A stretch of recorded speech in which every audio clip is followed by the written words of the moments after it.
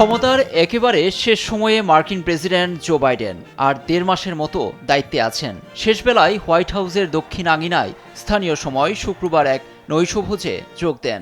গত ৪ বছরে পাওয়া আর না পাওয়া হিসেব নিয়ে সামনে আসে নানা প্রশ্ন। তবে অপ্রাপ্তি বলতে কিছুই নেই বলে দাবি তার। বলেন, প্রেসিডেন্ট হিসেবে জনগণের সেবা দিতে পারাটা ছিল জীবনের সবচেয়ে বড় সম্মানের।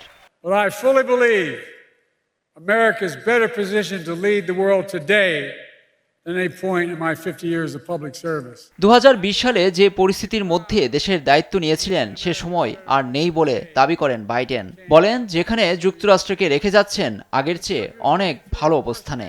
I believe we can be proud we're leaving America in a better place today than we came into office 4 years ago. This country is living through the worst pandemic. আবেগতাড়িত কণ্ঠে বেশ কিছু বিষয়ে স্মৃতিচারণ করেন বাইডেন। জীবনের প্রতিকূল মুহূর্তে ফার্স্ট লেডি জিল বাইডেন যেভাবে পাশে ছিলেন তার চেয়ে দায়িত্ব পালনের আবেগতাড়িত কণ্ঠে বেশ কিছু বিষয়ে স্মৃতিচারণ করেন বাইডেন। জীবনের প্রতিকূল মুহূর্তে ফার্স্ট লেডি জিল বাইডেন যেভাবে পাশে ছিলেন তার চেয়ে দায়িত্ব পালনের সময় অভাবনীয় সমর্থন জুগিয়েছেন বলেও জানান মার্কিন প্রেসিডেন্ট। এ সময় মঞ্চে সহধর্মিণী জিলও বাইডেনের প্রশংসায় ভাসান। তখন আর চোখের পানি ধরে রাখতে পারেননি বাইডেন।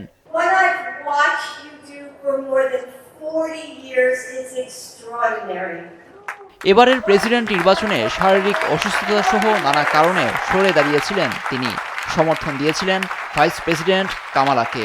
কিন্তু এবারের প্রেসিডেন্ট নির্বাচনে শারীরিক অসুস্থতা সহ নানা কারণে সরে দাঁড়িয়েছিলেন তিনি। সমর্থন দিয়েছিলেন ভাইস প্রেসিডেন্ট কামালাকে। কিন্তু ডোনাল্ড ট্রাম্পের কাছে বিপুল ভোটের ব্যবধানে পরাজয় মেনে নিতে হয় কামালাকে। আগামী ২০ জানুয়ারি ট্রাম্পের শপথ নেওয়ার সঙ্গে শেষ হচ্ছে বাইডেনের রাজনৈতিক ও প্রেসিডেন্ট হিসেবে যুক্তরাষ্ট্রের শাসনের অধ্যায়। লুৎফর কবির, নিউজ ডেস্ক, দেশ টিভি।